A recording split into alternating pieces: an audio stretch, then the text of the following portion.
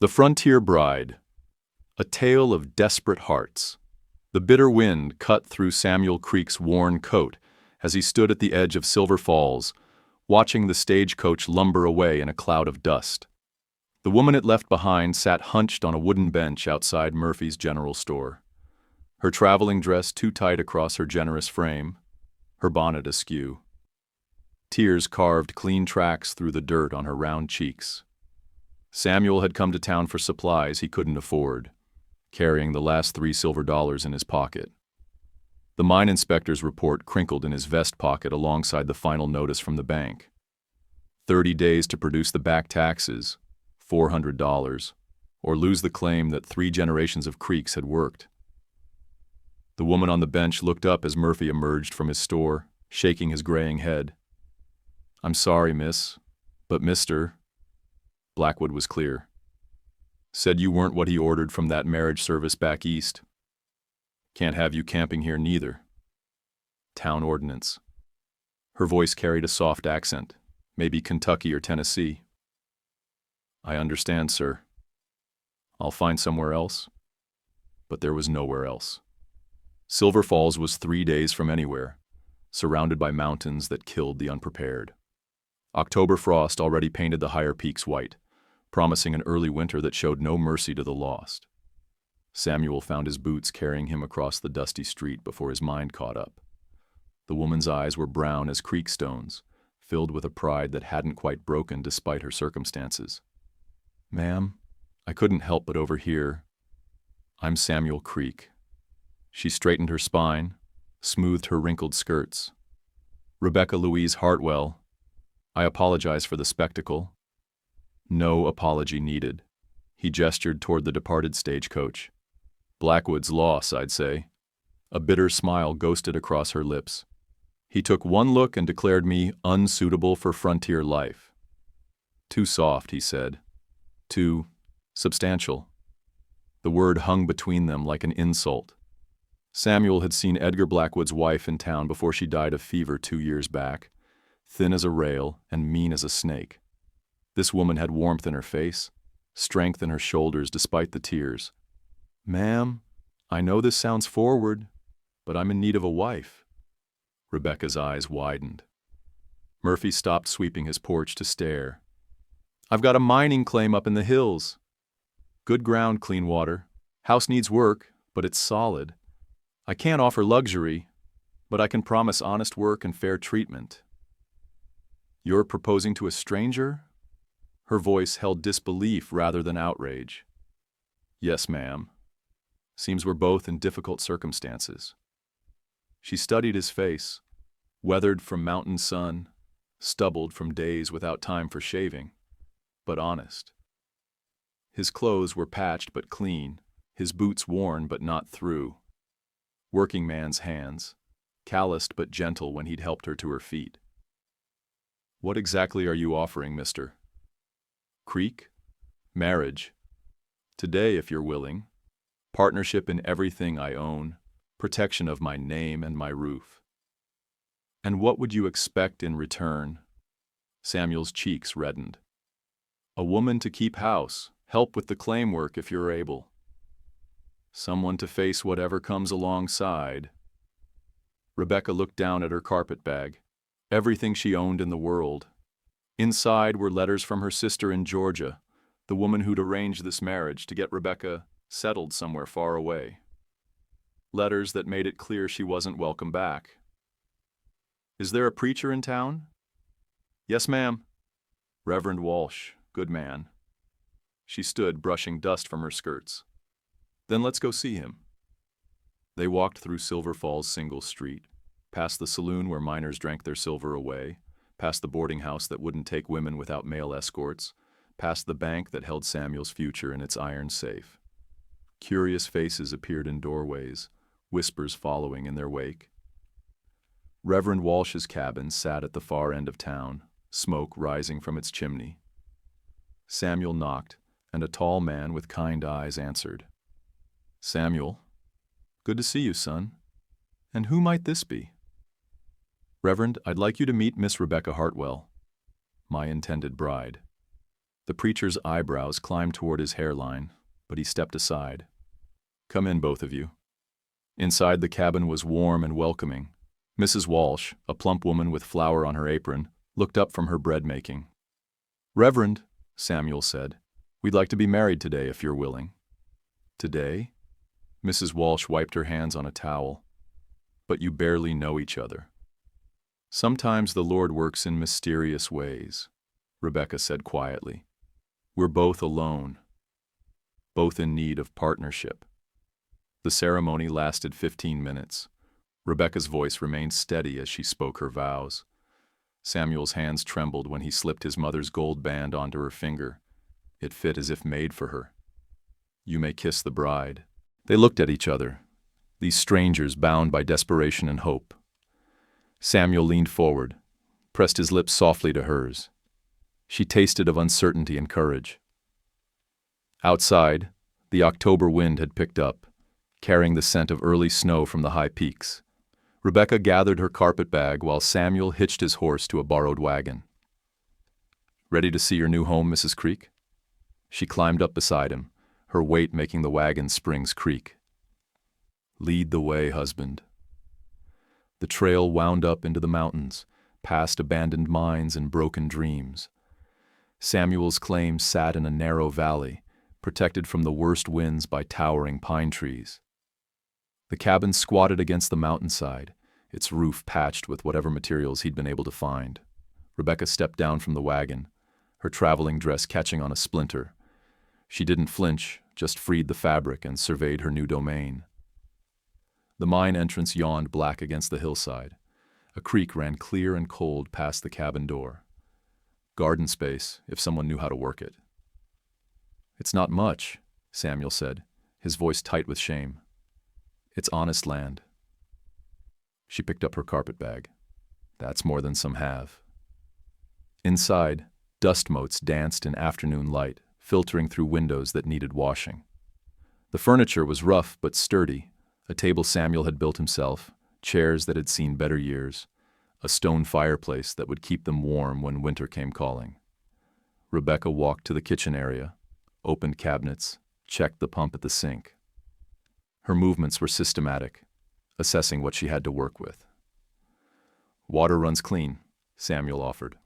She nodded, opened the last cabinet. A sack of flour with weevils, some beans, coffee that looked older than their marriage, salt pork that had seen better months. "I'll need supplies," she said simply. "Tomorrow. I'll take you to Murphy's." That evening she worked with what little they had, her movements economical and sure. The salt pork got trimmed and fried, beans soaked and seasoned with wild onions she found behind the cabin. Biscuits rose in a Dutch oven while she mended a tear in the curtains with thread from her bag. Samuel sat at the table watching her transform his bachelor hovel into something that felt like home. When she set the plate before him, the food was better than anything he'd tasted in months. "You're not eating," he said, noticing how she'd cut the portions. "I'm fine." But she was saving most for him, this woman who'd been called too substantial by a man who wouldn't know quality if it bit him. After supper she cleared the dishes without being asked. Samuel built a fire, the flames pushing back the gathering darkness. Rebecca sat at the table with paper and pencil from her bag, making lists in neat handwriting. "What are you working on?" "Inventory. Supplies we'll need for winter. Plans for the spring garden." Her pencil moved steadily, covering the paper with careful calculations. When she finished, she looked up to find him watching her. "Tell me about the mine." Samuel's shoulders sagged. "Been worked by my family for 30 years. Good silver ore, but the main vein played out last spring. Been following traces, hoping to strike the continuation. What do you need to keep looking?" "Time. Money for supplies. The bank wants $400 in back taxes by month's end, or they'll sell the claim to cover the debt." Rebecca studied the figures she'd written. "How much silver do you pull out weekly?" "Maybe $20 worth on good weeks. Half that on bad ones." The numbers painted a bleak picture. Even working every day until the deadline, they couldn't raise enough to save the claim. "There has to be another way," she said. Samuel shook his head. "I've tried everything." Bank won't extend the deadline. Nobody in town has that kind of money to lend. What about the territorial mining office? Could you file a new claim if you found ore somewhere else? Maybe, but I'd need to find it first. These mountains been picked over by every prospector west of Denver. Rebecca folded her papers, stacked them neatly. Then we'd better get started. Started with what? Looking. Her brown eyes held steady determination. You know these mountains better than anyone. I know how to read geological formations. My father was a surveyor before he died. Together, we might find something others missed.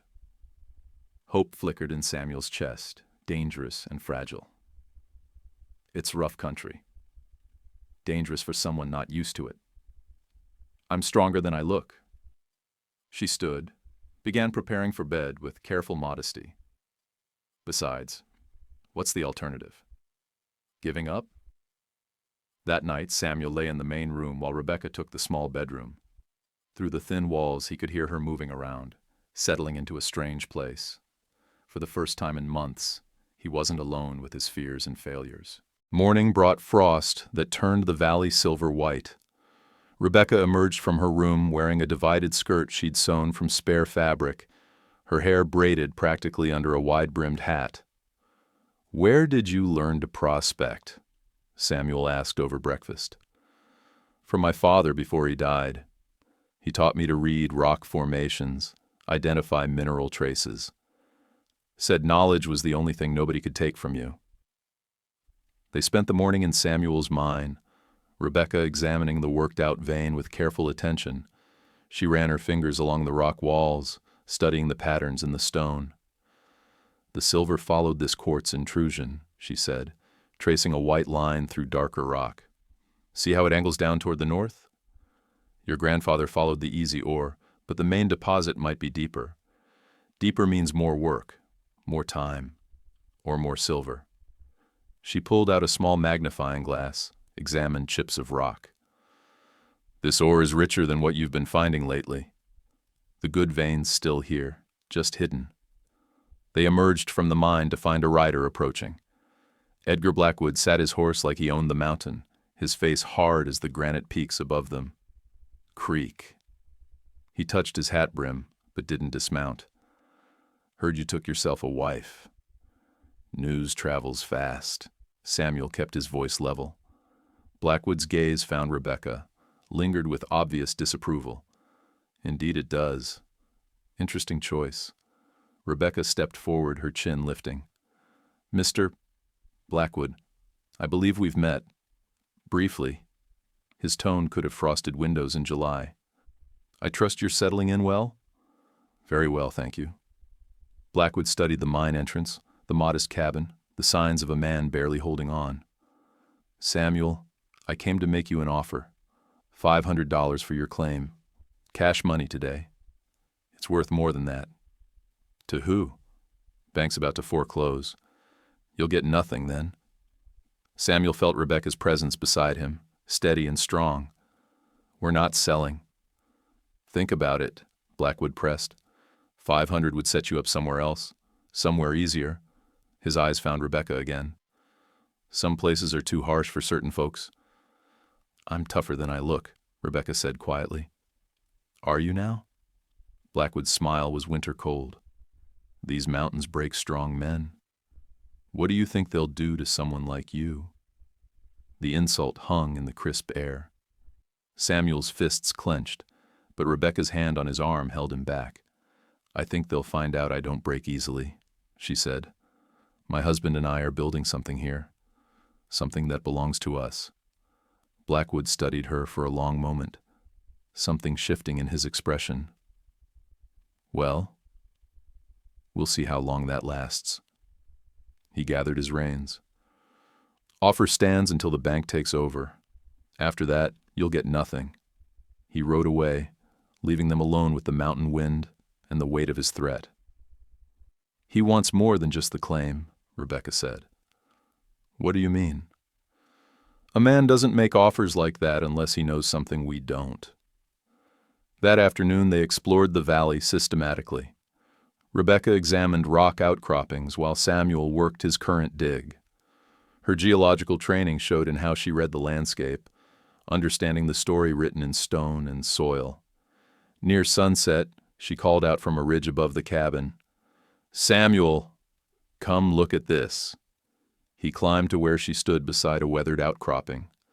In the fading light, he could see what had caught her attention, a line of white quartz running through the darker rock, different from anything he'd seen before. "This formation continues from your mine," she said, excitement threading her voice. "The vein your grandfather followed. It doesn't end where your claim stops. It curves up here, into the mountain." Samuel studied the rock face. "That's government land.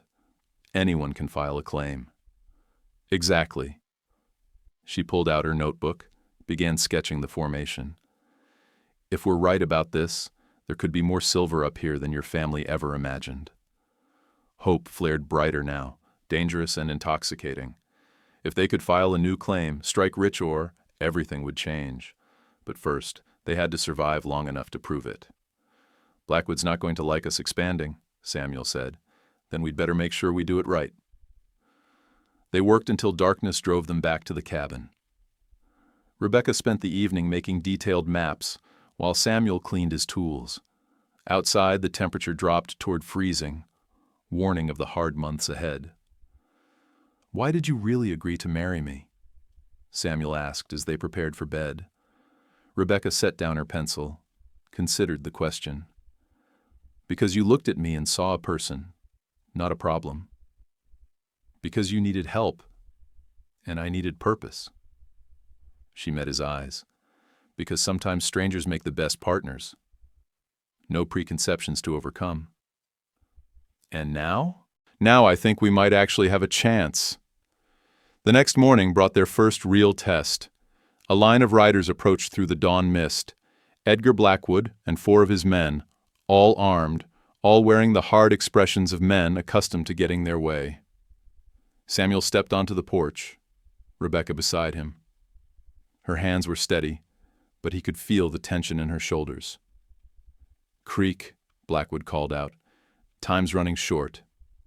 Have you reconsidered my offer? Still not selling. Pity." Blackwood's gaze swept the valley, lingering on the ridge where Rebecca had made her discovery. "Beautiful country up here. Shame when accidents happen in such remote places." The threat was silk-wrapped, but sharp as a blade. In these mountains, men disappeared all the time. Cave-ins, falls, wildlife attacks. So many ways to die where no one would find the bodies. "Threats won't change our minds," Rebecca said. "Who's threatening?" Blackwood's smile was all teeth. "I'm just observing that frontier life is dangerous, especially for folks who don't know their limitations." One of his men shifted in his saddle, hand drifting toward his gun. The others watched with the patient attention of predators. "You're on my land," Samuel said quietly. "I'd appreciate if you'd leave. For now." Blackwood gathered his reins. "But this conversation isn't over." They rode away, but the message was clear. Time was running out, and Blackwood would do whatever necessary to get what he wanted. "We need to move fast," Rebecca said. "Agreed, but we also need help." That afternoon they rode to town. At the territorial office, Rebecca filed the paperwork for their new claim with meticulous precision. The clerk, a nervous man named Henderson, examined her geological surveys with growing excitement. "Ma'am, if these formations are accurate, you might have found something significant." "Might have," she agreed. "Won't know until we dig." At Murphy's store, they bought supplies with Samuel's remaining silver. Pickheads, dynamite, lanterns, everything needed to work a new claim. The bill ate through their money like fire through dry grass. "Credit's good for another month," Murphy said quietly. After that, they understood. Another deadline, another line they couldn't cross without money. On the ride home, Rebecca was quiet, lost in calculation and planning. Samuel watched her profile against the mountain backdrop, marveling at the strength hidden beneath her soft appearance. "Regrets?" he asked. "About what?" "Any of it. The marriage, the claim, taking on a fight we might not win." She was quiet for so long he thought she wouldn't answer. Then, "My whole life people told me I was too much. Too big, too smart, too stubborn, too everything." She looked at him, brown eyes serious. "You're the first person who looked at me and thought I was enough." They began work on the new claim the next morning. Rebecca's geological training proved invaluable. She could read the rock like a book, understanding how ancient forces had shaped the mountain and hidden its treasures. The work was brutal, breaking rock with pick and sledge, hauling ore in buckets, following traces of silver through solid granite. Samuel's hands, already scarred from years of mining, developed new calluses. Rebecca's soft palms cracked and bled, but she never complained. 3 days in, they hit their first pocket of rich ore. Silver gleamed in the lamplight, more concentrated than anything in Samuel's original claim. Rebecca's theory was proving correct. The main vein hadn't played out, just moved deeper into the mountain. But their success didn't go unnoticed. Blackwood's men were seen watching from distant ridges. Strangers appeared in town, asking questions about the creek claim. Pressure was building, and winter was coming fast. One morning, Samuel emerged from the mine to find Rebecca standing motionless by the cabin, staring down the valley. A column of smoke rose from the direction of town. "What is it?" he asked. "The territorial office." "It's burning." They saddled horses and rode hard toward Silver Falls. By the time they arrived, the building was a total loss. Henderson, the clerk, stood in the street with soot-blackened clothes and shocked eyes. "Started in the back room," he told them, "right where we kept the new claim filings." Samuel and Rebecca exchanged glances. No accident, this. Their paperwork, their legal right to the new claim, all of it gone up in smoke. "Do you have copies?" Rebecca asked. Henderson shook his head miserably. Everything was in there.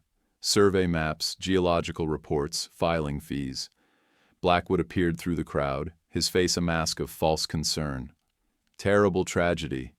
These old buildings, you know. So easy for accidents to happen." Rebecca stepped forward, her voice carrying clearly across the gathering. "Yes, accidents, like claim offices burning just when new strikes get filed. Like miners who won't sell having mysterious troubles." "Careful, Mrs. Creek," Blackwood's tone held warning. "Accusations are dangerous things." "So is arson," the crowd murmured, sensing the confrontation. Sheriff Watson, Blackwood's cousin, pushed through the gathering. "Now, folks, let's not get excited. These things happen. Old wood, hot stoves, recipe for disaster." "Convenient disaster," Samuel said. The sheriff's hand dropped to his gun. "You got something to say, Creek?" Before Samuel could respond, Rebecca stepped between them. "We're saying it's interesting timing, that's all." Blackwood smiled, confident in his power and connections. "Well, I suppose you'll need to refile your claim, assuming you can afford the fees again." They couldn't. The filing fees had taken their last available cash. Without the paperwork to prove their legal right to the new claim, they were vulnerable to anyone who wanted to jump it. "Course," Blackwood continued, "my offer still stands. $500 for your original claim. Fair price for played-out ground. The trap was closing. Burn their paperwork, force them into debt, then swoop in to buy their claim for pennies on the dollar. Clean, legal, and devastating." But Rebecca wasn't finished fighting. "Actually," she said, reaching into her reticule, "we filed duplicate papers with the territorial capital. Standard procedure for significant discoveries." The lie was smooth as silk, delivered with perfect confidence. Blackwood's eyes narrowed, trying to read her face. "Is that so?"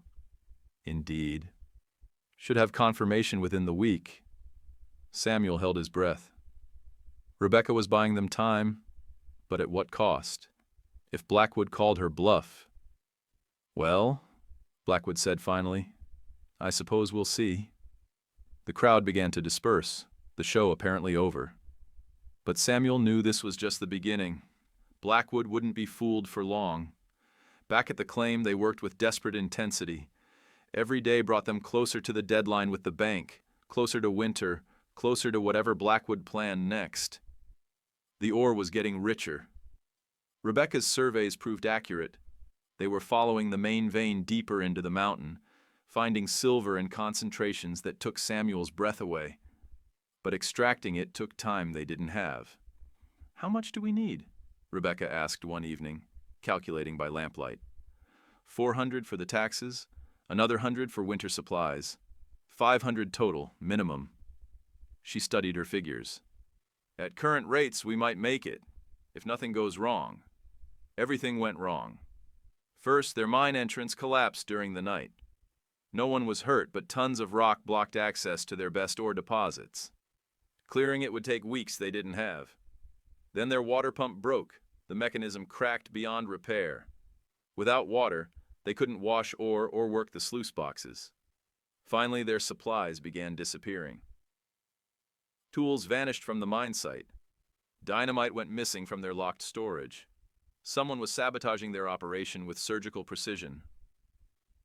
"Blackwood," Samuel said grimly. "Proving it's another matter." Rebecca was right. No evidence, no witnesses, just a steady erosion of their ability to work the claim. Time was running out, and their enemies were tightening the noose. With 5 days left before the bank deadline, Samuel made a desperate decision. They would work around the clock, following a narrow vein that might yield enough silver to save them. Rebecca insisted on taking shifts in the mine, despite Samuel's protests. She was smaller than him, could fit through passages that defeated his broad shoulders. Her geological knowledge helped them follow the ore through the maze of underground tunnels. On the third day, working alone while Samuel slept, she made the discovery that changed everything. Her lantern illuminated a cavern hidden behind a wall of loose rock. Ancient Indian pictographs decorated the walls, but Rebecca barely noticed them. She was staring at something else entirely. The walls themselves were streaked with silver, not just traces or pockets, but massive veins running through the entire chamber. More wealth than she'd ever imagined, enough to buy half the territory. She was so absorbed in her discovery that she didn't hear the footsteps behind her until it was too late. Well, well. What do we have here? She spun around to find Edgar Blackwood emerging from the tunnel, flanked by 2 armed men. In the lamplight, his face looked carved from granite. "Trespassing is a serious crime, Mrs. Creek. This is our claim." "Is it? Without proper paperwork? That's debatable." He gestured to his men. "Besides, you're obviously lost. These old mines are dangerous. Accidents happen all the time." Rebecca backed against the silver-streaked wall, her mind racing. Samuel was asleep in the cabin, too far away to help. No one knew where she was. "My husband will come looking. Eventually. But these tunnels are deep, complicated. Could take days to find you, assuming there's anything left to find." The threat was clear. Rebecca was going to disappear, another victim of the dangerous frontier. Her body would never be found. Her claim would revert to Blackwood, and Samuel would be left with nothing but grief and unpayable debts. But Rebecca Louise Creekney Hartwell had not come this far to die in a hole in the ground. "You're making a mistake," she said quietly. "How's that? You think I'm some helpless city woman who'll beg for mercy?" Blackwood's smile was predatory. "Aren't you?" Rebecca's hand found the mining pick she'd left leaning against the wall. The weight of it was familiar now, balanced and deadly.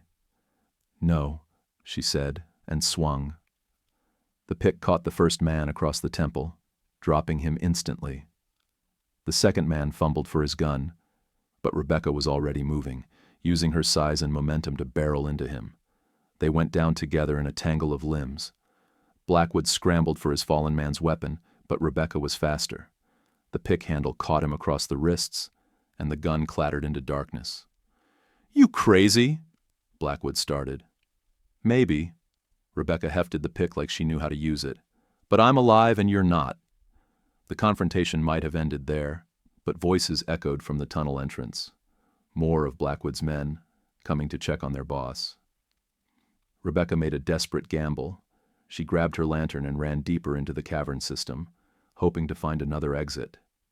Behind her, shouts erupted as Blackwood's men discovered the situation. The tunnels branched and twisted, carved by water and ancient mining. Rebecca ran blind, following air currents and instinct. Her lantern threw wild shadows on the walls, revealing glimpses of silver veins and Indian paintings. She found the exit purely by accident, a narrow chimney that led to the surface, probably an air shaft for the old workings. The climb was treacherous, her skirts catching on every projection, but she hauled herself up with desperate strength. She emerged into daylight near their cabin, gasping and filthy. Samuel was just waking up, stumbling out to see what the commotion was about. Rebecca. What happened? Blackwood, in the mine. She grabbed his rifle from the cabin wall. They tried to kill me. Samuel's face went hard as winter stone. How many? 4, maybe 5. They didn't have long to plan. Blackwood's men would realize she'd escaped and come looking. The cabin was indefensible, the mine entrance obvious. We need help, Samuel said. Who's going to believe us? The sheriff's his cousin. Not the sheriff, the miners. Silver Falls had dozens of working claims, small operations run by desperate men who understood exactly what Blackwood represented. Rich outsiders who wanted to steal their dreams and claim their discoveries. Samuel fired 3 shots into the air, the universal distress signal. Within minutes, men were emerging from mines and cabins throughout the valley. Hard-faced men with rifles and grudges against anyone who threatened their livelihoods. Thomas Morrison arrived first, his weathered face grim. Trouble, Samuel? Blackwood tried to murder my wife in our mine. Still might be down there. Morrison spat in the dust. Figured this day would come. Man's been circling claims like a buzzard for months. Others arrived. The Peterson brothers, old Jake Williams, young Mike Casey, who'd staked his claim with nothing but hope and determination. A dozen miners, all armed, all tired of being pushed around by money and influence. They surrounded the mine entrance like a wolf pack. When Blackwood and his men finally emerged, they found themselves facing a wall of hostile guns and harder faces. Gentlemen, Blackwood tried his usual smile. Just investigating a potential claim dispute. By trying to murder folks? Morrison's tone could have cut glass. I'm sure there's been a misunderstanding. No misunderstanding. Rebecca stepped forward, dirt-stained but dignified. You threatened me, tried to kill me, and attempted to steal our claim. You have no proof. Don't need proof. Jake Williams worked his tobacco. Got testimony. Got witnesses. Got tired of your games. The miners closed in, their intent clear. Frontier justice was swift and final, without courts or lawyers or technicalities. Wait, Samuel said. Let them go. Everyone turned to stare at him. Blackwood looked hopeful. You're letting us leave? I'm giving you 10 minutes to get off my land. After that, we start shooting. It wasn't mercy. It was something colder, the certainty that running Blackwood off was better than making him a martyr.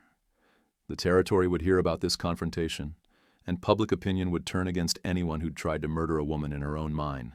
Blackwood mounted his horse with as much dignity as he could muster. This isn't over. Yes, Rebecca said quietly. It is. They watched the riders disappear down the trail, knowing they'd won something more valuable than silver. They'd proven that ordinary people could stand up to wealth and power, that right sometimes triumphed over might. Mrs. Creek, Morrison said, that was the bravest thing I ever saw, standing up to Blackwood like that. Sometimes you don't have a choice. That evening, alone in their cabin, Samuel and Rebecca counted their remaining silver. Not enough to pay the taxes, not enough to save the original claim, but enough to file new papers, to start again with the knowledge they'd gained. We'll lose the first mine, Samuel said, but we know where the real silver is. The cavern I found. There's more wealth down there than we could spend in 10 lifetimes. If we can prove legal ownership. Rebecca smiled, pulling out papers from her reticule. About that. I may have bent the truth earlier, but I did file duplicate surveys, not with the territorial capital, with the federal land office in Denver. Should be approved within the week. Samuel stared at her. When? The day after we found the new vein.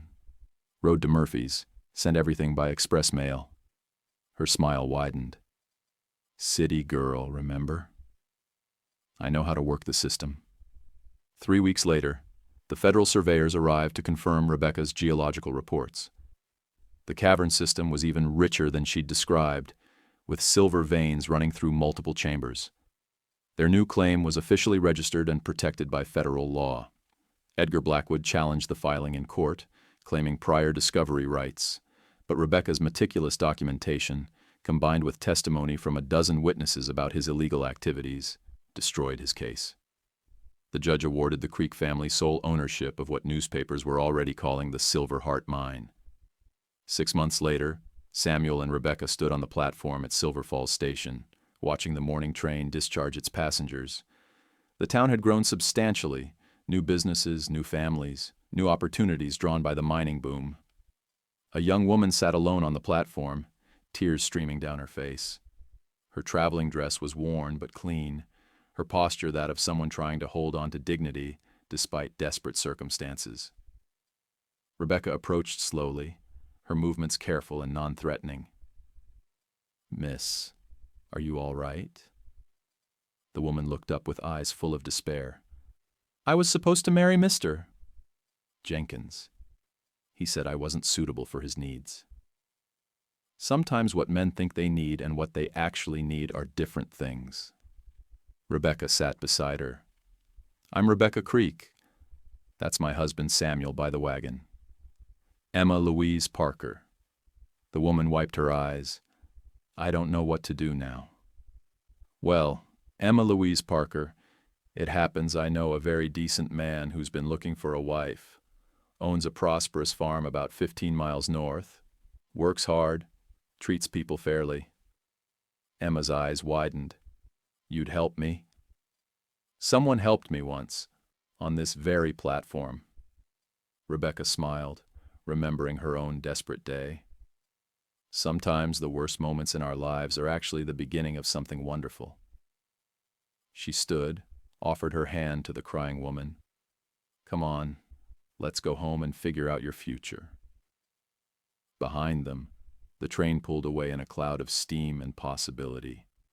Ahead lay the mountains, vast and challenging, but full of promise for those brave enough to claim their dreams.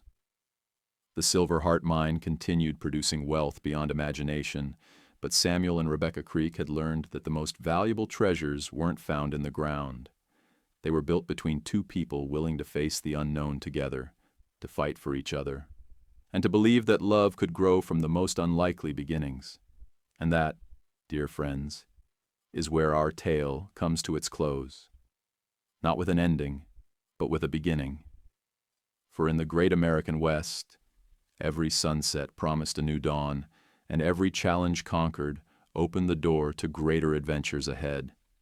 Winter came early that year, settling over the mountains like a heavy blanket. The Silver Heart Mine proved even richer than Rebecca's initial surveys had suggested. By December, they were pulling out more silver in a week than Samuel's family had found in years of working the original claim. But success brought new challenges. The first problem appeared on a cold Monday morning when Rebecca climbed out of the mine to find strange men surveying their land. 3 of them, dressed in city clothes despite the mountain weather, carrying surveying equipment and official-looking papers. Excuse me, she called out, still holding her mining pick. This is private property. The leader, a thin man with spectacles and a permanent frown, looked up from his transit. Actually, ma'am, there's some question about that. Samuel emerged from the cabin, alerted by voices. What's going on here? Territorial Survey Commission, the man said, producing a document. "We're here to verify property boundaries for taxation purposes." Rebecca and Samuel exchanged glances. They'd paid their taxes, filed all the proper papers. What could the commission want? "According to our records," the surveyor continued, "there's been some irregular filing on this claim. Questions about whether the proper procedures were followed." "We followed every procedure," Rebecca said firmly. "Filed with the Federal Land Office, paid all fees, provided detailed geological surveys. Yes, well, there have been complaints. Anonymous complaints suggesting fraud in the filing process. The word hung in the cold air like an accusation. Fraud meant their claim could be invalidated, their mine seized, their future destroyed." "What kind of complaints?" Samuel asked. The surveyor adjusted his spectacles. "Allegations that the geological surveys were falsified, that the ore deposits were salted to inflate their apparent value, that improper influence was used to rush the filing through federal channels." Rebecca's face went white with anger. "Those are lies. Every survey I filed was accurate. Every sample was genuine." "I'm sure they were, ma'am. But we have to investigate. Federal law requires it when fraud is alleged." Behind the surveyor, his assistants continued their work, measuring and calculating with mechanical precision. They worked with the slow thoroughness of men who held other people's futures in their instruments. "How long will this take?" Samuel asked. "Several weeks at minimum. We'll need to resurvey the entire claim, verify all geological reports, examine ore samples. During the investigation, all mining operations must cease." "What?" Rebecca stepped forward, her brown eyes flashing. "You can't shut down our mine on the basis of anonymous complaints." "Actually, ma'am, we can. Federal regulations are quite clear. Suspected fraud requires immediate suspension of operations pending investigation. The trap was elegant in its simplicity. File anonymous complaints, force an investigation, shut down their operations during the peak working season. By the time their innocence was proven, they'd have lost months of production, and probably their ability to meet ongoing expenses." "Who filed the complaints?" Rebecca demanded. "Anonymous means anonymous, ma'am. Could be anyone concerned about proper mining procedures." But they all knew who it was. Edgar Blackwood might have lost the legal battle, but he had connections in the territorial government. Money and influence could accomplish what guns and threats had failed to achieve. That evening, Samuel and Rebecca sat in their cabin, staring at the official cease and desist order. Outside, snow began to fall, the first heavy storm of what promised to be a brutal winter. "We can fight this," Rebecca said. "Hire lawyers, file appeals, prove the accusations are false." "With what money?" "We've spent everything on equipment and improvements. Got maybe $200 in the bank." She was quiet for a long moment, calculating their options. They could survive the winter on their savings, but barely. If the investigation dragged on into spring, they'd be ruined. "There has to be another way," she said finally. "Like what?" Rebecca stood, began pacing the small room with nervous energy. "We know Blackwood filed the complaints. We know he's using his connections to destroy us legally since he couldn't do it illegally. But what if we could prove it?" "Prove what?" "That he filed anonymous complaints? That's not illegal." "No, but filing false accusations is. And if we could demonstrate a pattern of harassment, intimidation, abuse of the legal system?" She paused, an idea forming. "Samuel, who else has Blackwood been pressuring?" "Half the miners in the territory." "Why?" "Because one man filing false complaints is unfortunate. Multiple men filing false complaints against different miners starts to look like conspiracy." Samuel caught on to her thinking. "You want to document other cases?" "Exactly.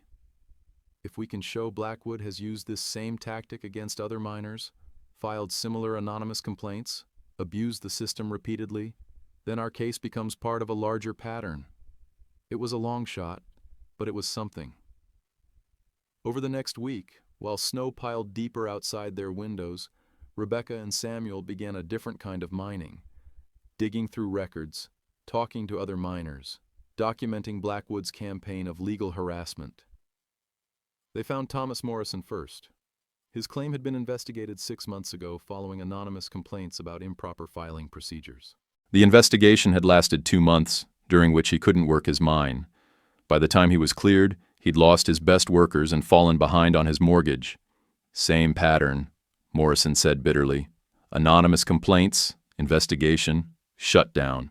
Cost me near $3,000 in lost production. Jake Williams had a similar story.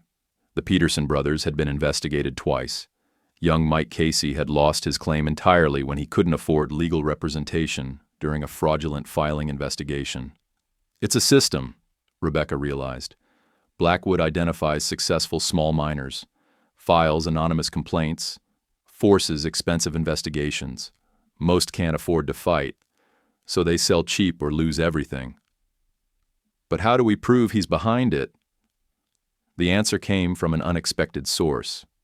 Murphy, the general store owner, approached them quietly one evening when they came to town for supplies. "Been listening to folks talk," he said, "about your troubles with the Territorial Commission. Reminded me of something peculiar." Murphy led them to the back room of his store, where he kept records of credit accounts and special orders. From a locked drawer, he produced a stack of papers. "Blackwood places orders through me sometimes. Special items, things he doesn't want delivered to his ranch. Week before Morrison's troubles started, he ordered territorial survey maps for Morrison's claim area. Did the same before the Peterson investigation, before Casey's problems." The implications were clear. Blackwood was studying his target's claims before filing complaints, gathering information to make his accusations sound credible. "This is evidence," Rebecca breathed. "Circumstantial, but evidence." "There's more," Murphy said. "Blackwood's been hiring men lately. Drifters, gunfighters, folks with questionable reputations, paying them to ask questions around town, gather information about mining operations." The picture was becoming clearer. Blackwood wasn't working alone. He had a network of paid informants, men who gathered intelligence about successful claims and reported back to him. But proving it would require more than circumstantial evidence. "We need someone inside his operation," Samuel said. "Someone who can testify to the conspiracy." "Like who?" "His men are loyal because he pays well."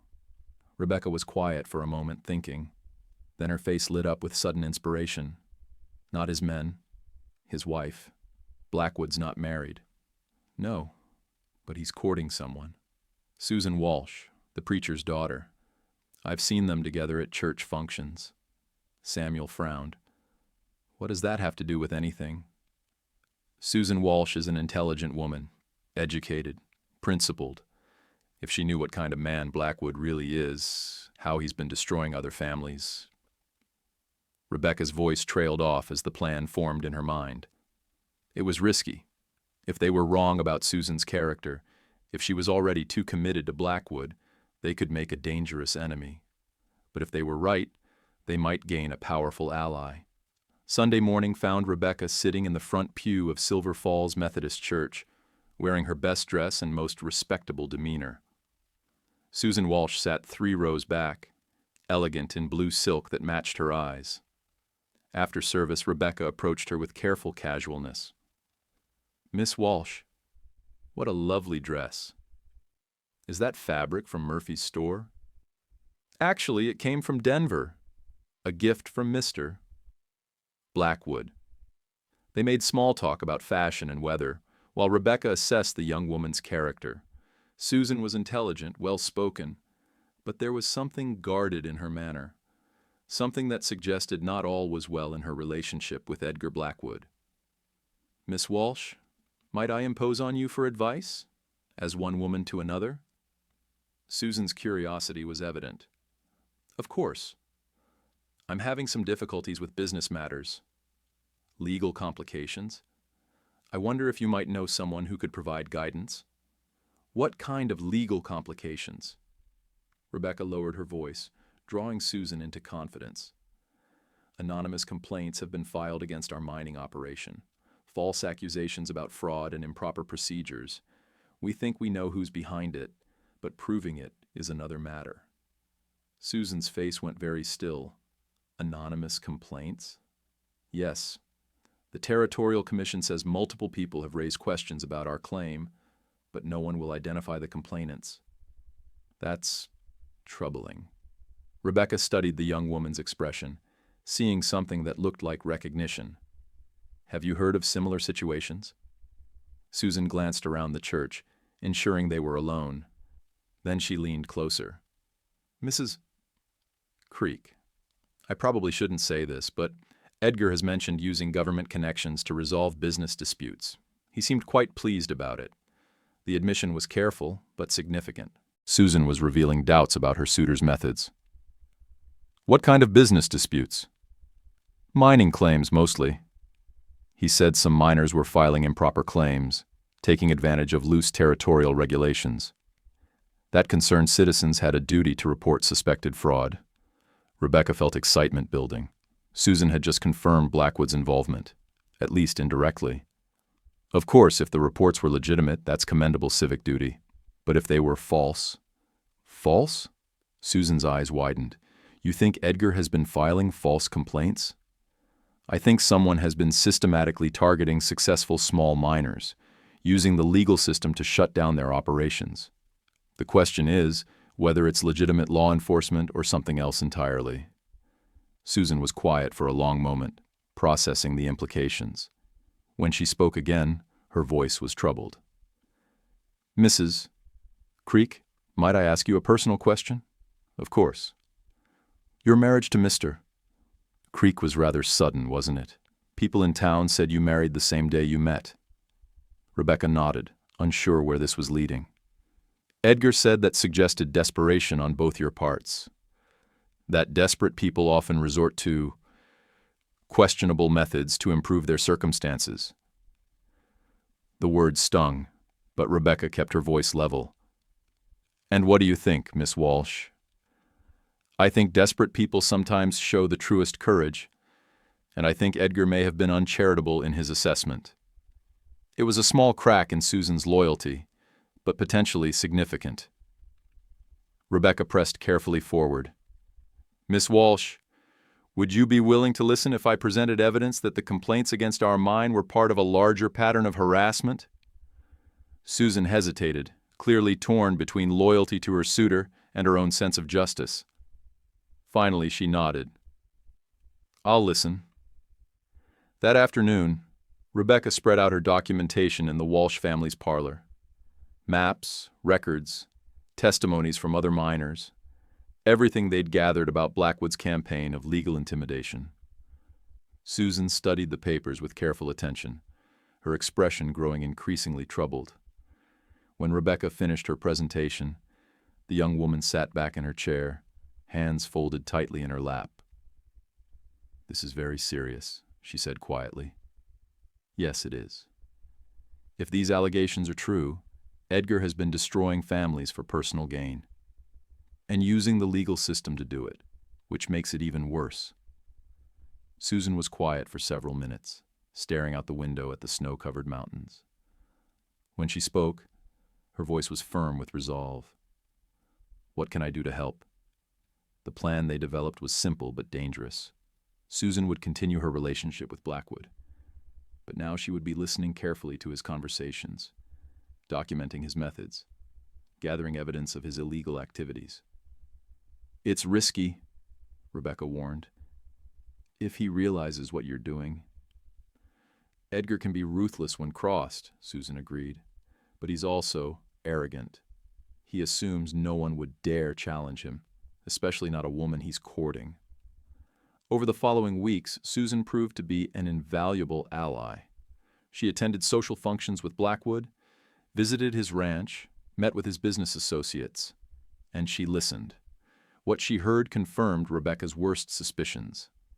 Blackwood wasn't just filing anonymous complaints. He was orchestrating a comprehensive campaign to consolidate mining claims throughout the territory. He had politicians on his payroll, territorial officials in his pocket, even judges who owed him favors. "It's bigger than we thought," Susan reported during a clandestine meeting at the church. "Edgar isn't just targeting individual miners. He's planning to control the entire silver district." "How?" "By forcing small miners out through legal harassment, then swooping in to buy their claims for virtually nothing. Once he owns enough claims, he can manipulate silver prices, control production, essentially monopolize the territory's mineral wealth." Rebecca felt cold despite the warm room. That's not just fraud. That's economic warfare. And it's working. He's already acquired 17 claims through forced sales. Yours would make 18. The scope of Blackwood's conspiracy was staggering. He wasn't just a local bully. He was building an empire on the destroyed dreams of honest miners. But Susan had also gathered something more valuable than information.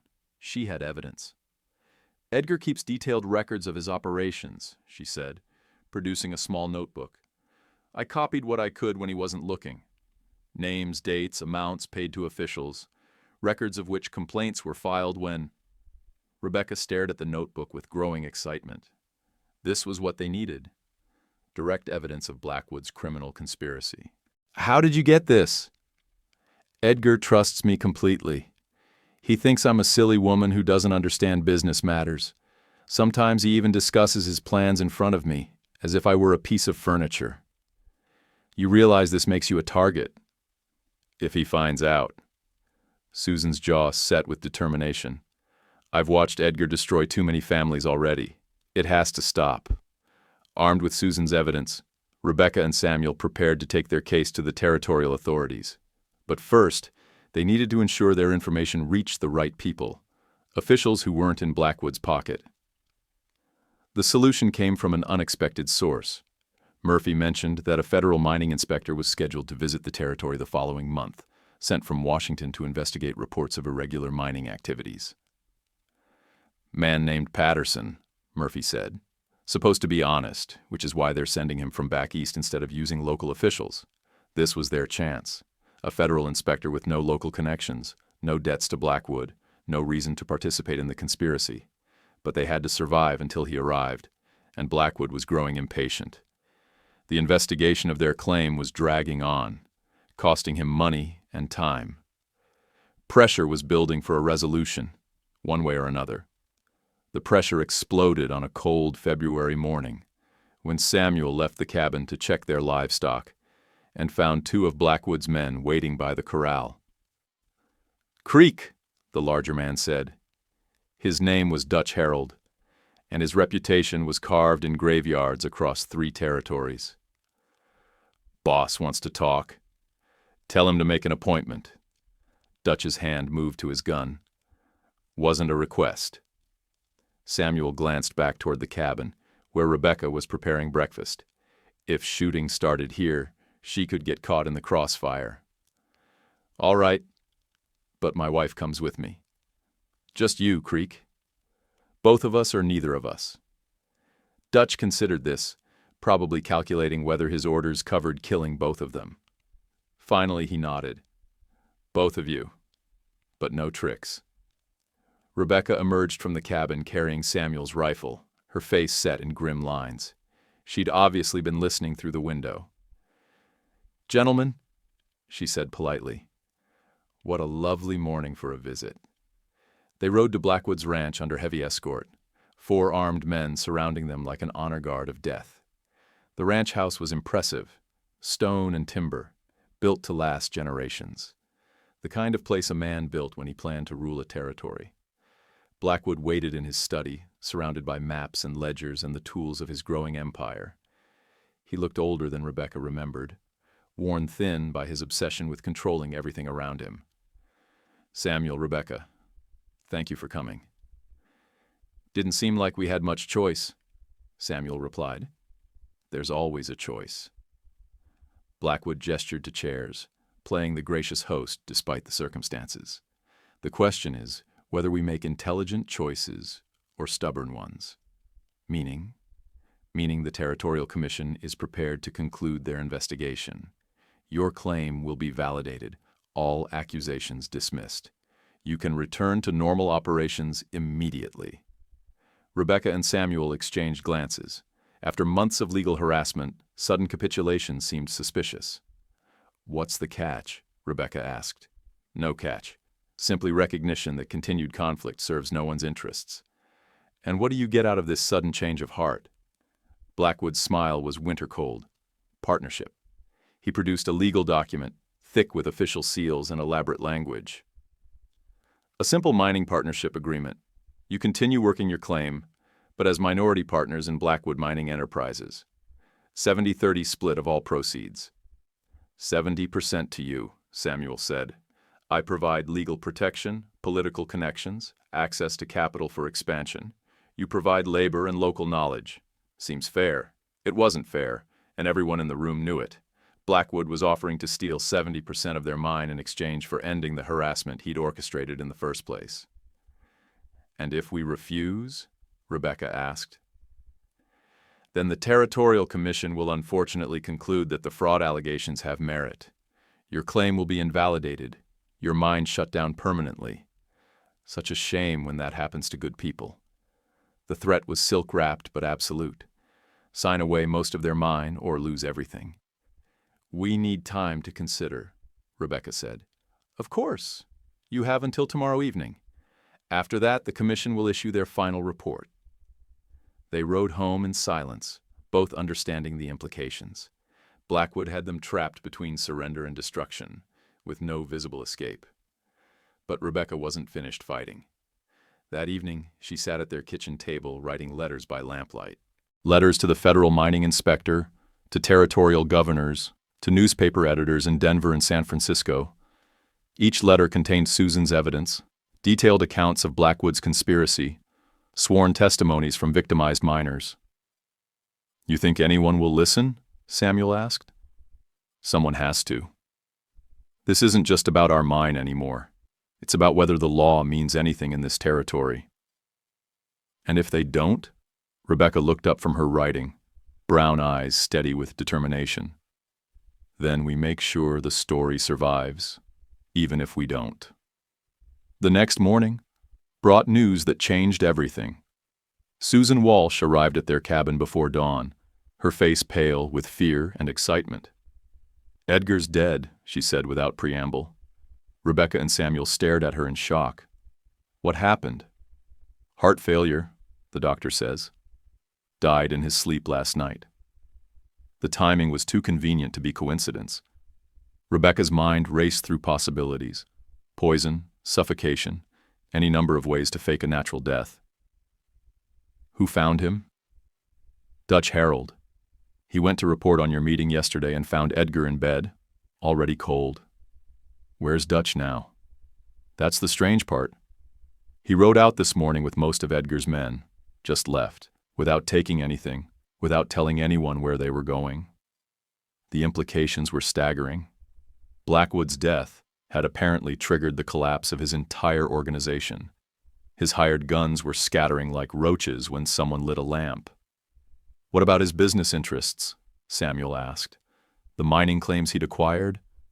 "His lawyers are trying to sort it out, but Edgar was secretive about his operations. A lot of his records are missing or coded.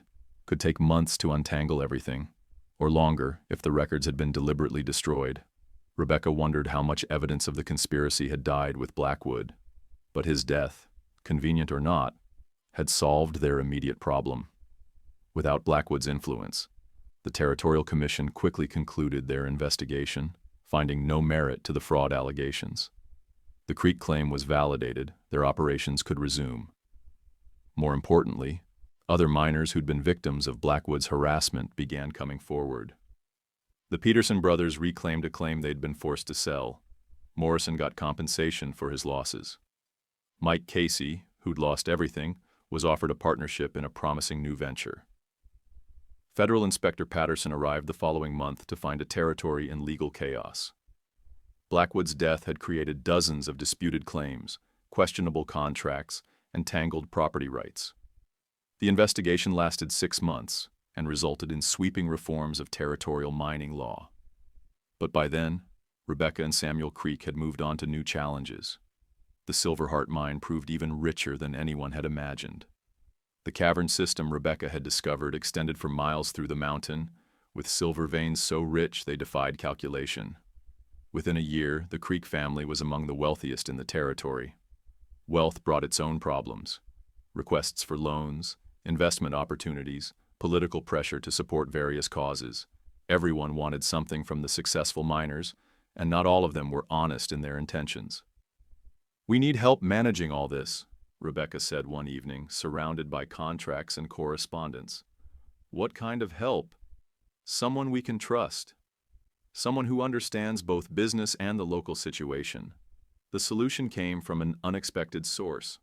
Susan Walsh, whose engagement to Blackwood had ended with his death, possessed both education and intimate knowledge of territorial politics.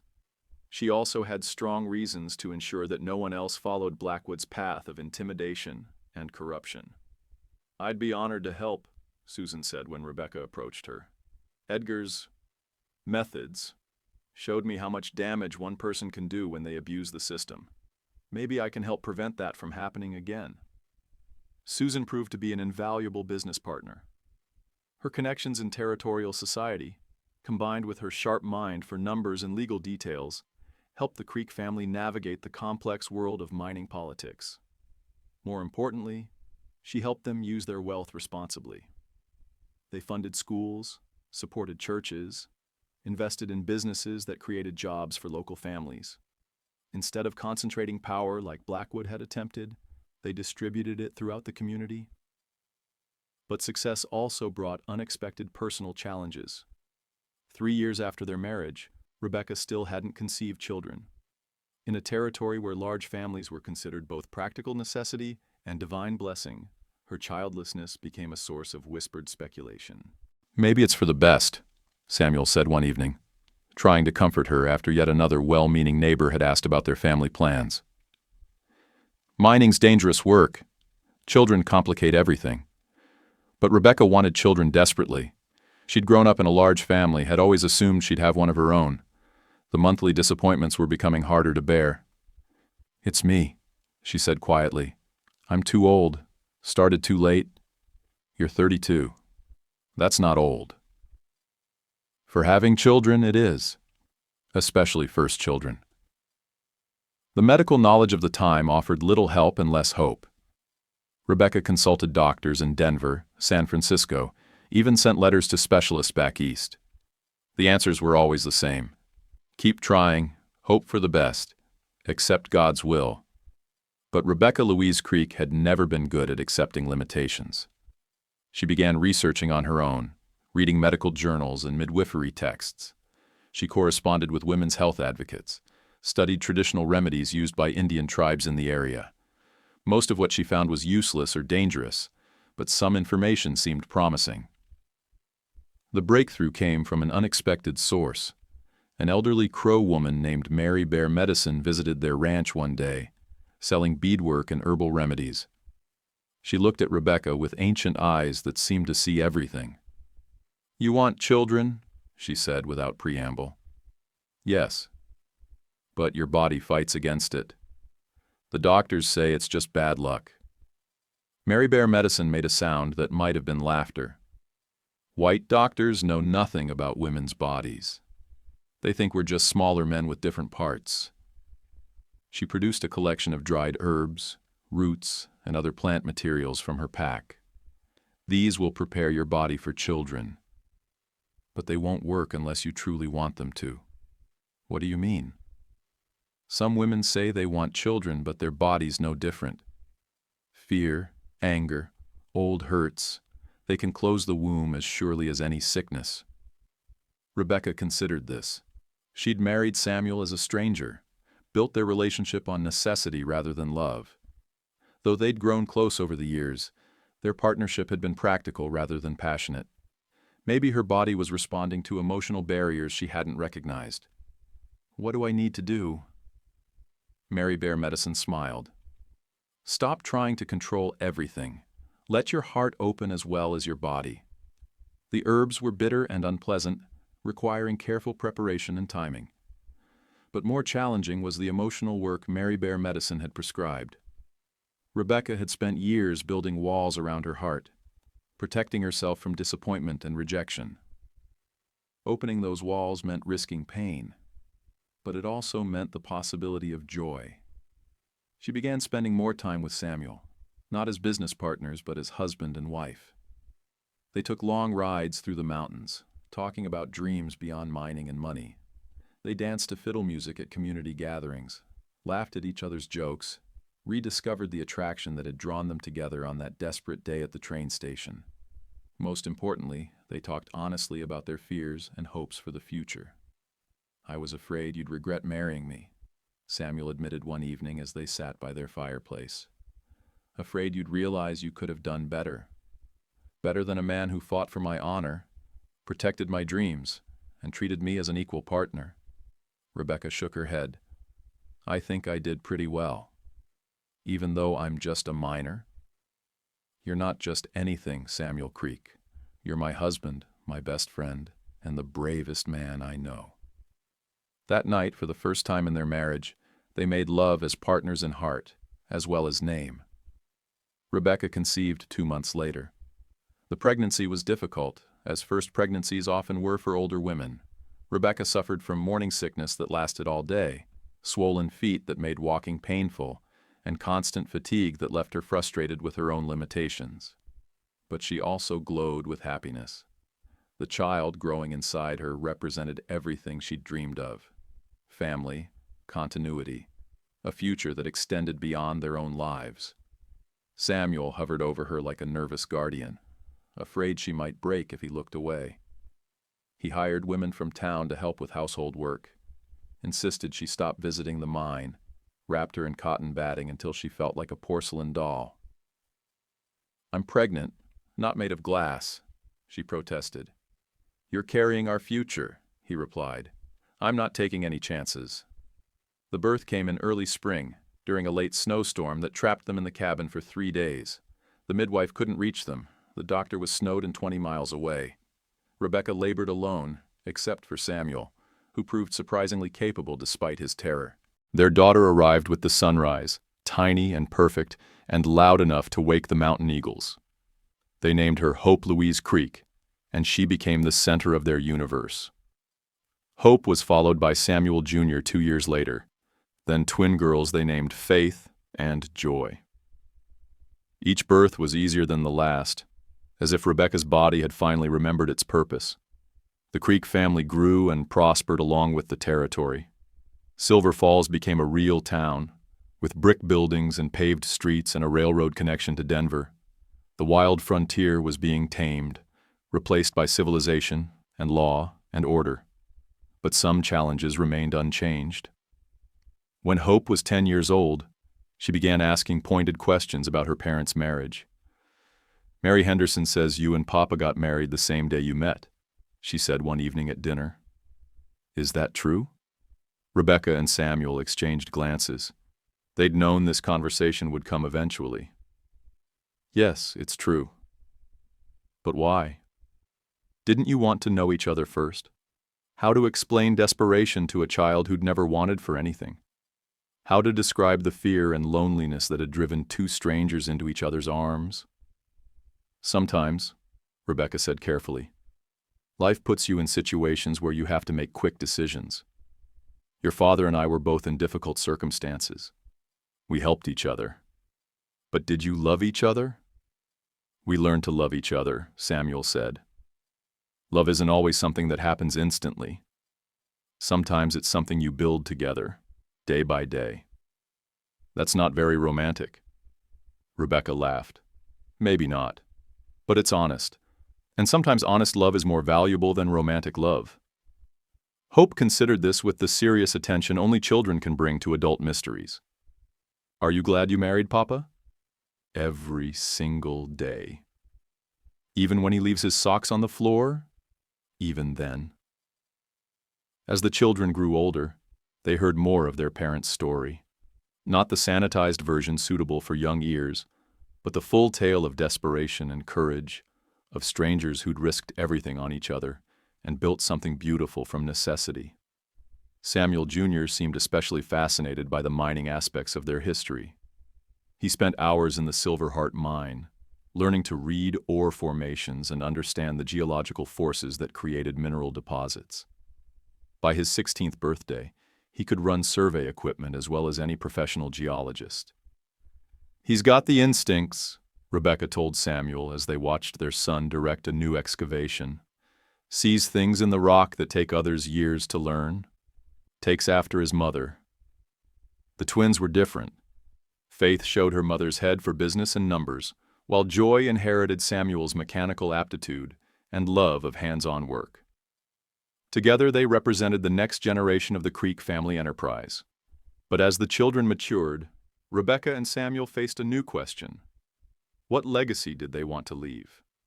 The Silver Heart Mine had produced wealth beyond their wildest dreams. They owned property throughout the territory, had investments in banks and railroads and businesses from California to New York. Their children would never want for anything. But was that enough?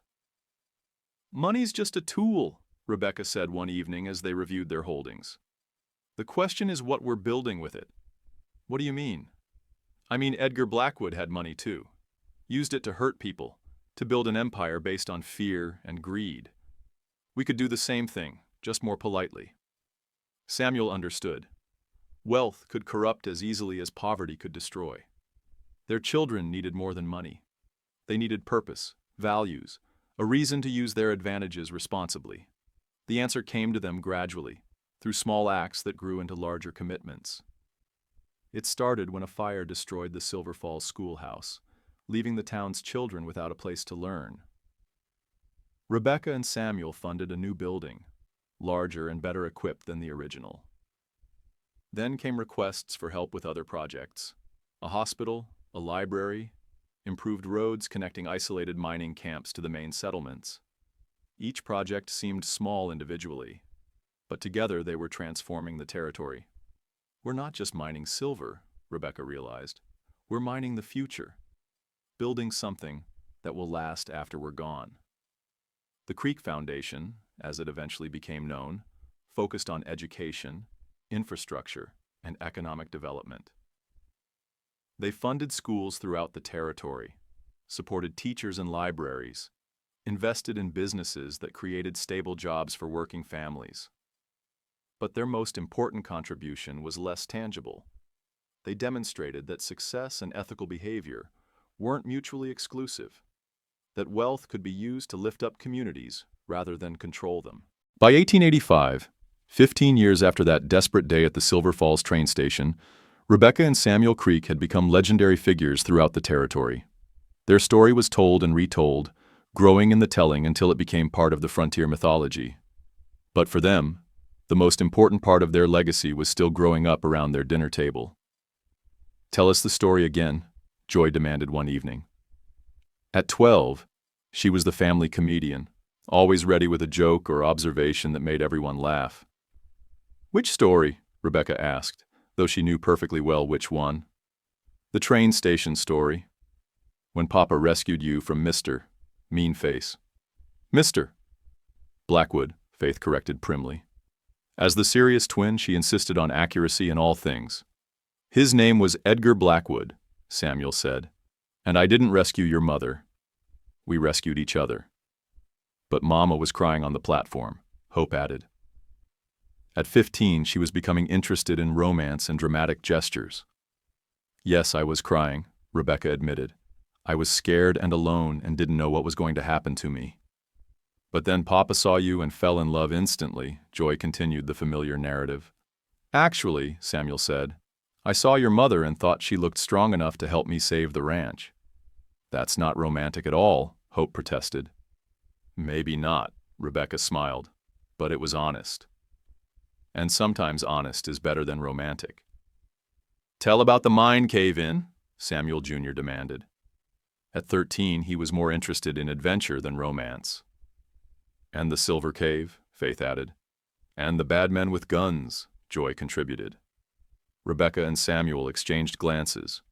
These two people who'd shared so much, built so much, created so much together. Their children wanted stories of adventure and danger, but the real story was quieter and more profound.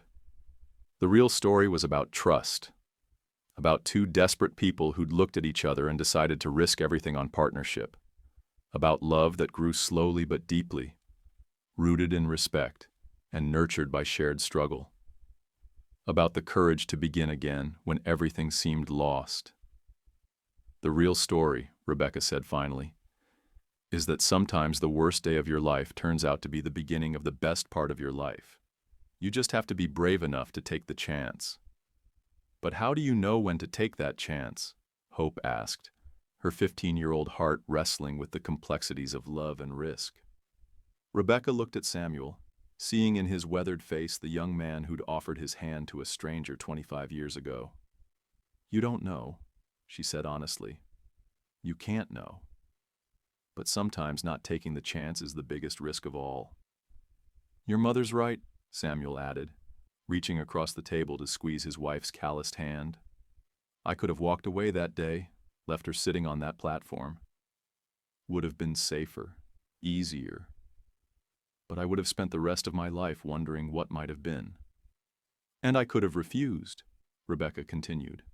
"Could have waited for a better offer, a safer choice. But safe choices don't always lead to happy endings." The children absorbed this wisdom with the gravity that comes just before understanding. They were growing up in a world their parents had helped build, where opportunities seemed limitless and the future stretched bright with possibility. But the lessons of courage and partnership their parents had learned in desperation would serve them well in prosperity. "What happens to our story?" Faith asked practically. "When you and Papa are gone, what happens to everything you built?" It was the question that had occupied Rebecca and Samuel's thoughts more frequently as the years passed. They had created wealth, certainly, but more importantly, they had created something rarer, a legacy of ethical success, of using power to lift others rather than control them.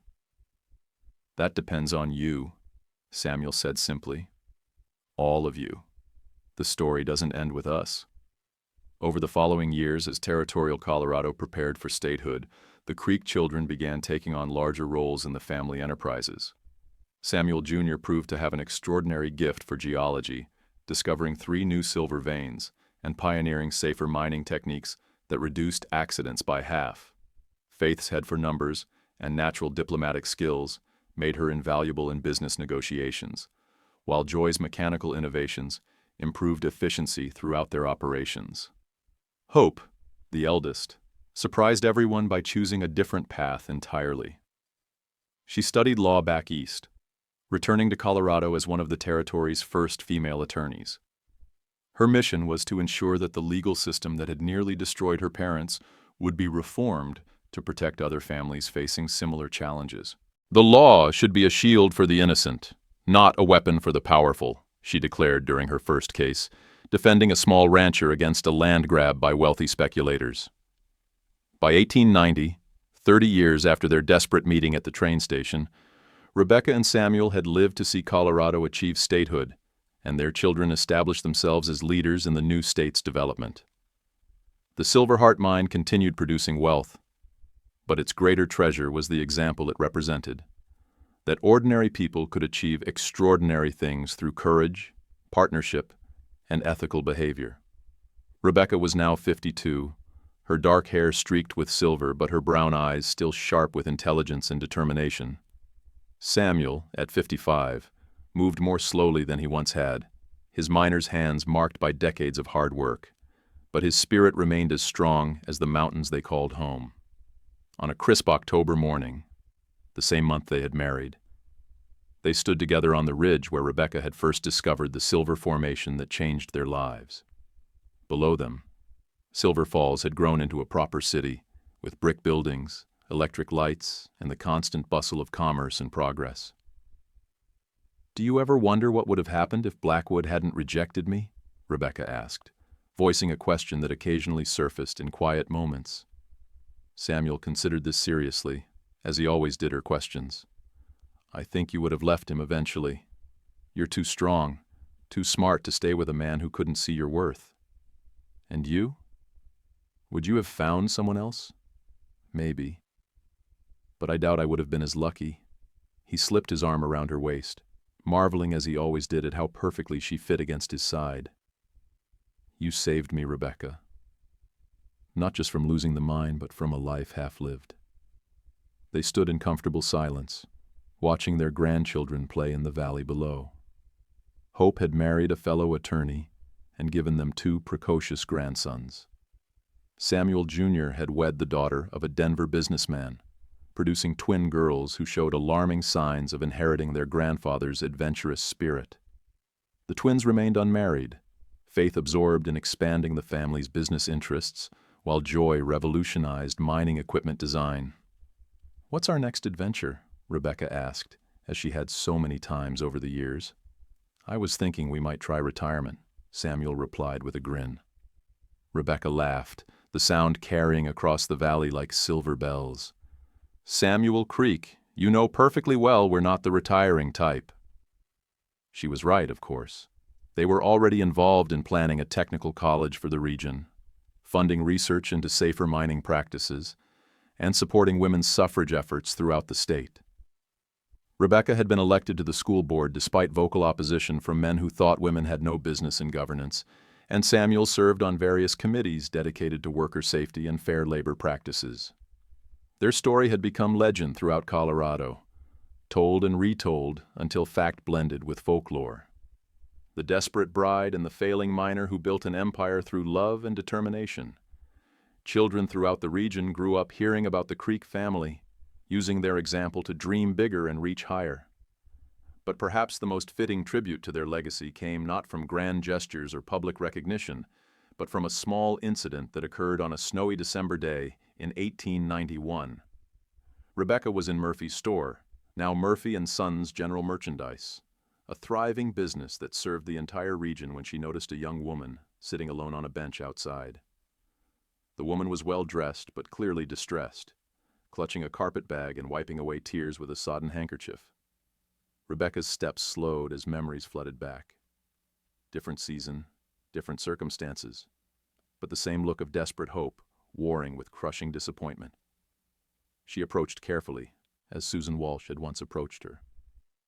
"Miss, are you quite all right?" The young woman looked up with startled blue eyes. "Oh, I'm sorry, I don't mean to cause a spectacle. I was supposed to... That is, there was supposed to be..."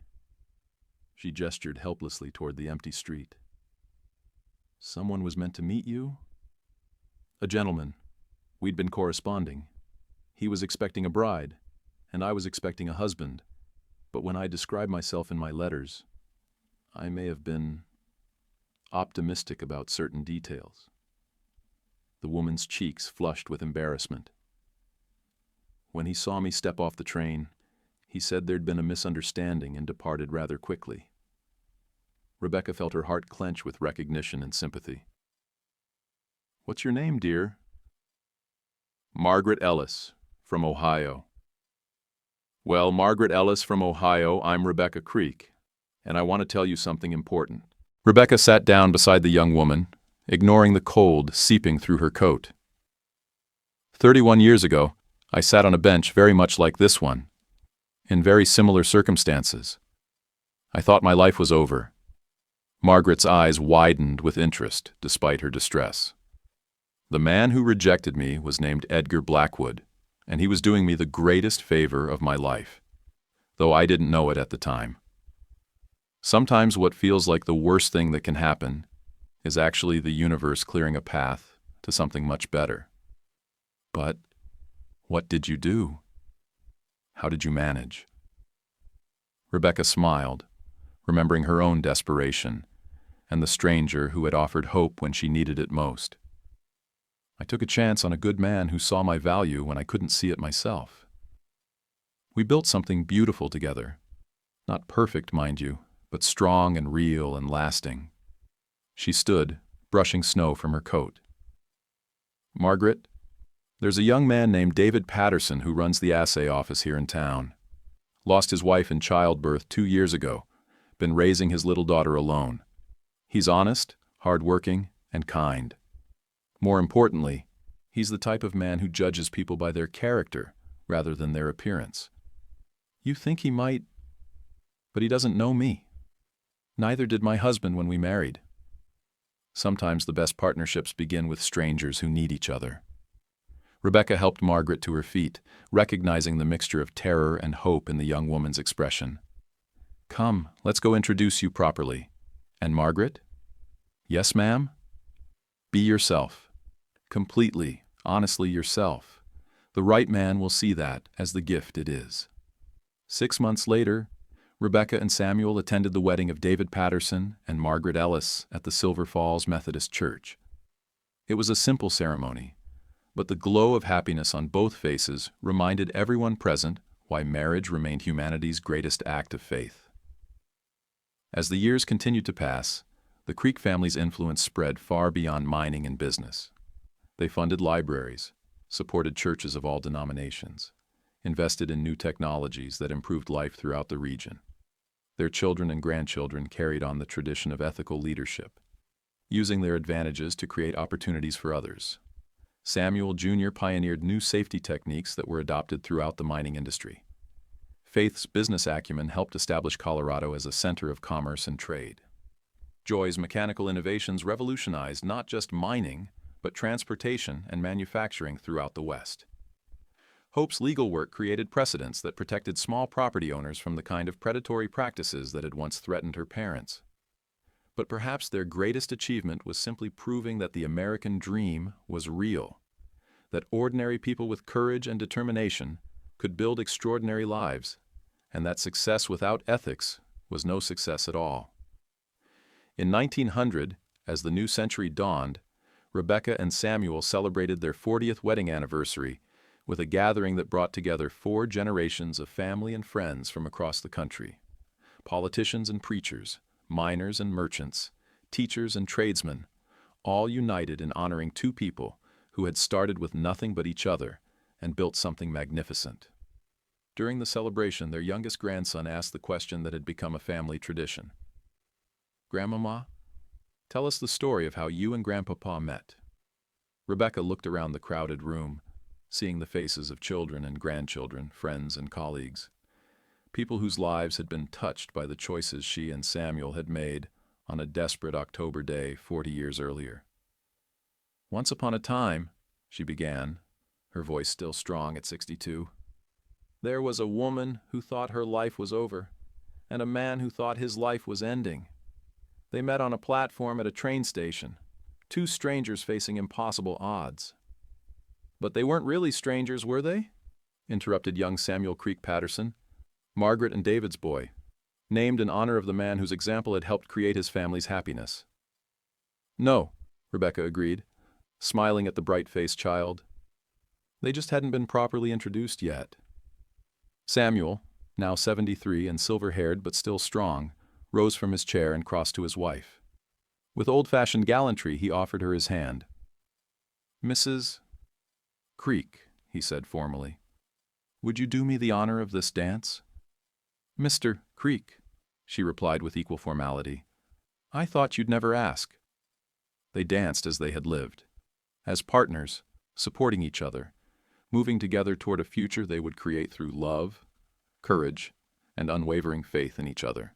Around them, 4 generations of family and friends joined the dance, celebrating not just an anniversary, but the enduring power of hope over despair, love over fear, and partnership over solitude.